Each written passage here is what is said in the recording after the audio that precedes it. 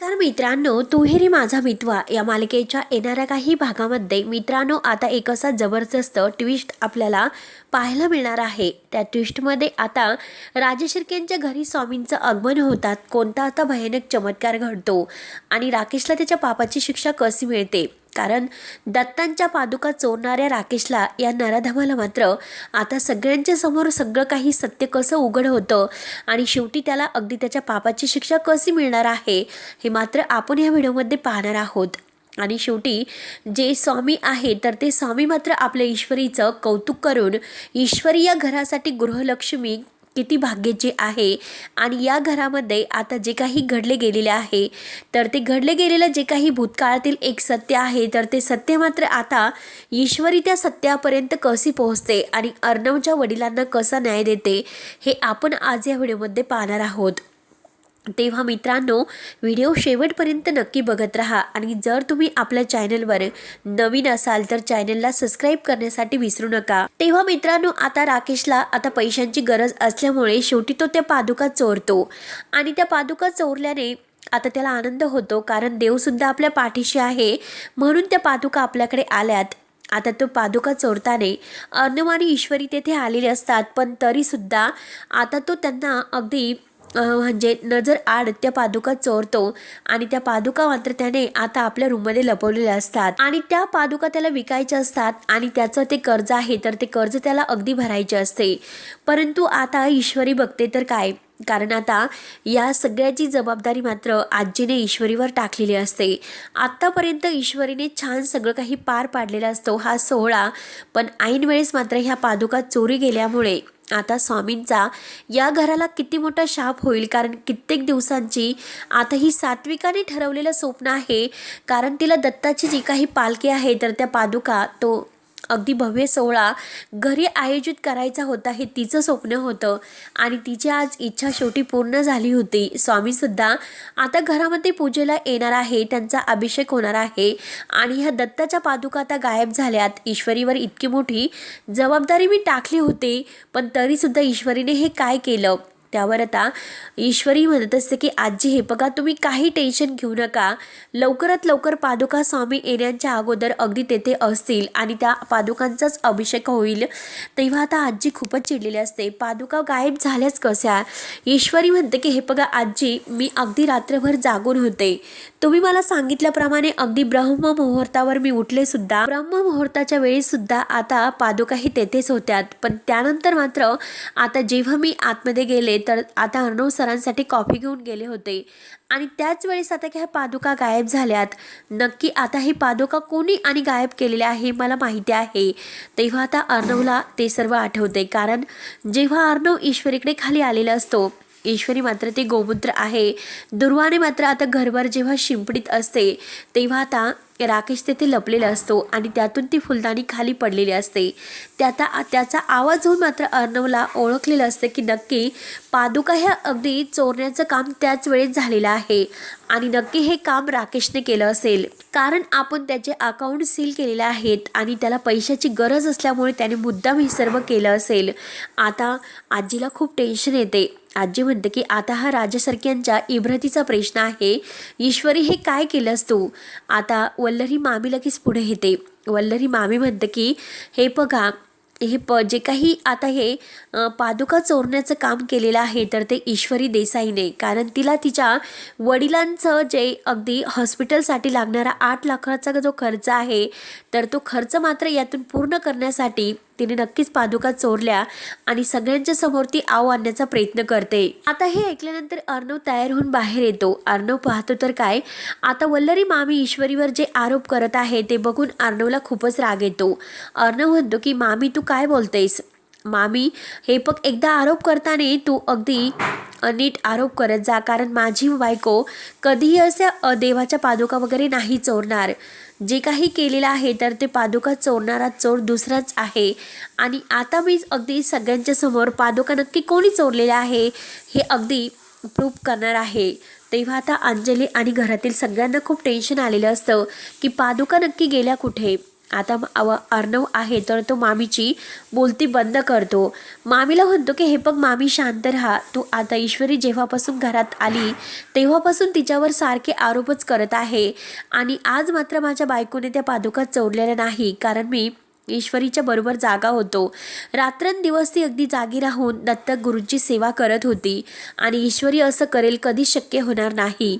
या पादुका नक्की कोणी चोरलेल्या आहेत, तो चोर मात्र आता सगळ्यांच्या समोर येईल. तेव्हा ईश्वरी म्हणते की आजी काही काळजी करू नका, स्वामी येण्याच्या अगोदर पादुका तेथे हजर असतील.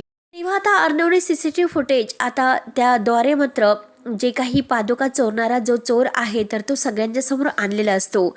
आता स्वामी येण्याची वेळ झालेली असते. आजीला खूपच टेन्शन येते. अंजली म्हणते की आजी आता काय करायचं, आता मात्र आता काहीतरी आपल्याला करावं लागेल. ईश्वरी म्हणते की अर्णव सर, हे बघा, पादुका ज्याने कोणी चोरलेले आहे तर त्या पादुका येथे येतीलच. आता आपल्याला जे करायचं आहे ते आपण आपल्या पद्धतीने करायचं. म्हणून मात्र आता सगळेजण पादुका शोधत असतात की नक्की पादुका गेल्या कुठे.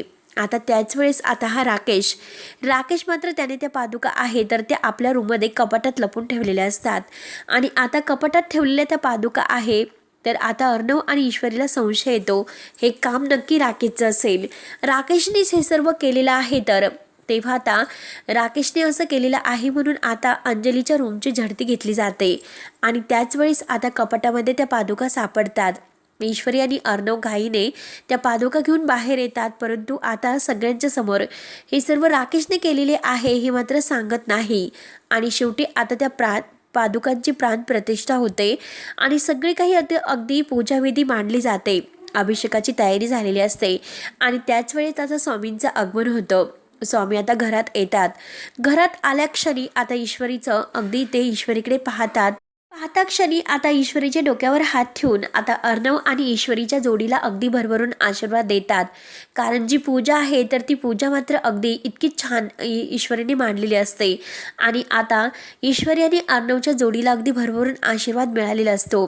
तेव्हा आता जे स्वामी आहे तर ते स्वामी म्हणतात की खरंच या घरामध्ये जी लक्ष्मी आहे ती साक्षात लक्ष्मी आहे, कारण या घरामध्ये आज जे काही पादुकांची सेवा झालेली आहे, जे सात्विका ताईंचं स्वप्न आहे तर ते पूर्ण करणारी त्यांची सुनबाई खरंच लाखात एक आहे. आज अशी जी पूजा मांडली गेलेली आहे आणि पादुकांची जी काही सेवा झालेली आहे, इथे आल्यानंतर मला खरंच खूप प्रसन्न वाटलं. म्हणून ते अगदी ईश्वरीचं कौतुक करत असतात आणि आजीला म्हणतात की हे बघा, तुमच्या नातवाला मात्र जी बायको मिळाली आहे तर ती मात्र अगदी सर्व गुण संपन्न आहे आणि साक्षात लक्ष्मी आहे.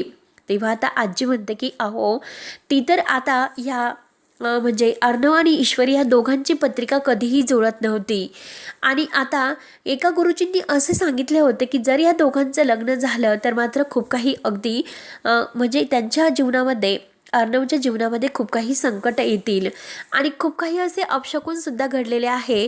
तेव्हा आता गुरुजी म्हणतात की हे सर्व खोटं आहे, कोणी तुम्हाला हे सर्व सांगितले, कारण आता ह्या दोघांची जोडी एकमेकांसाठी बनलेली आहे आणि लाखात एक अशी जोडी आहे, कारण ह्या जोडीला अगदी देवांचा सुद्धा आशीर्वाद आहे आणि नक्की ते आता या घरात जी भूतकाळामध्ये घडली गेलेली एक घटना आहे त्या घटनेचा मात्र आता ही ईश्वरी कसा अगदी छडा लावणार आहे आणि या घरात ज्या 2 व्यक्ती आहे तर त्या घरातील 2 व्यक्तींचा मात्र आता कितीही त्यांनी पाप केली असेल, कारण आज मात्र या घरात ज्या पादुका गायब झाल्या होत्या तर ते गायब करण्यामागे एका व्यक्तीचा हात होता. तेव्हा आता सर्वांना हे ऐकून धक्काच बसतो. आता स्वामींना कसं कळालं असेल की पादुका गायब झाल्यात.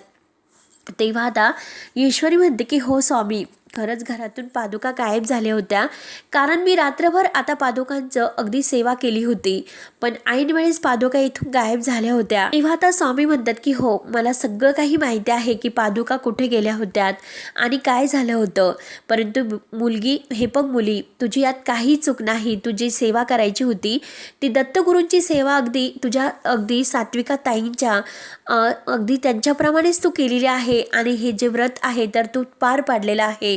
त्यामुळे आता इथून पुढे तुझ्या आयुष्यामध्ये फक्त आणि फक्त सुख येईल, तू काही काळजी करू नको. जे काही वादळ तुझ्या आयुष्यामध्ये येणार आहे तर ते वादळ मात्र अगदी त्याने कोणी हे वादळ निर्माण करण्याचा प्रयत्न केलेला आहे तर त्याच्यावरच हे सर्व काही वादळ ओढवेल। त्यामुळे आता अर्णव आणि तू दोघंही अगदी सुखात राहू शकताल। आता आजी तर इतकी खुश होते। आजी म्हणते की खरंच आपण ईश्वरीला ओळखण्यात चुकलो, कारण आज ईश्वरीमुळे आज या राजश्रीयांचा मान जो काही इब्रत आहे तर ती वाचली। कारण जर पादुका येथे आले नसत्या तर स्वामींनी आपल्या घराला काय शाप दिला असता, स्वामी किती भडकले असते, त्यांचा किती इथे आल्यानंतर अपमान झाला असता। परंतु आज ईश्वरीमुळे हे सगळं काही वाचले आणि खरंच ईश्वरीची आजी मोठे मनाने माफी मागते की मला माफ कर ईश्वरी, मी तुला ओळखण्यात चुकले। आणि आता ज्या काही तिजोरीच्या चाव्या वगैरे आहे तर आजी इथून पुढचा सर्व काही कारभार ईश्वरीच्या हातात देते आणि स्वामीसुद्धा भरभरून आशीर्वाद देऊन आता लवकरच आता या घरात दुसरी एक गृहलक्ष्मी येणार आहे, तर ती म्हणजे आता या ईश्वरीच्या म्हणजे संबंधातलीच असेल, ईश्वरीची बहीण। तेव्हा आकाश तर लगेच खुश होतो आणि वल्लरीचा खूपच जळफळाट होतो। तेव्हा वल्लरी रागाने पाहत असते। स्वामींचं न दर्शन घेता ती डायरेक्ट रूममध्ये निघून जाते आणि राकेशसुद्धा, कारण राकेशला भीती वाटत असते की जर आपण पादुका चोरलेल्या आहेत हे सत्य जर सगळ्यांच्या समोर सगळ्यांनी सांगितले तर अवघड होईल, या घरातून आपली हकलपट्टी होईल। म्हणून आता अंजलीसमोर हे सत्य यायला नकोय म्हणून तो अगदी रूममध्ये निघून जातो। त्यानंतर आता मित्रांनो पुढे नक्की काय होईल हे बघण्यासाठी आपल्या चॅनलला सबस्क्राईब करत राहा। धन्यवाद।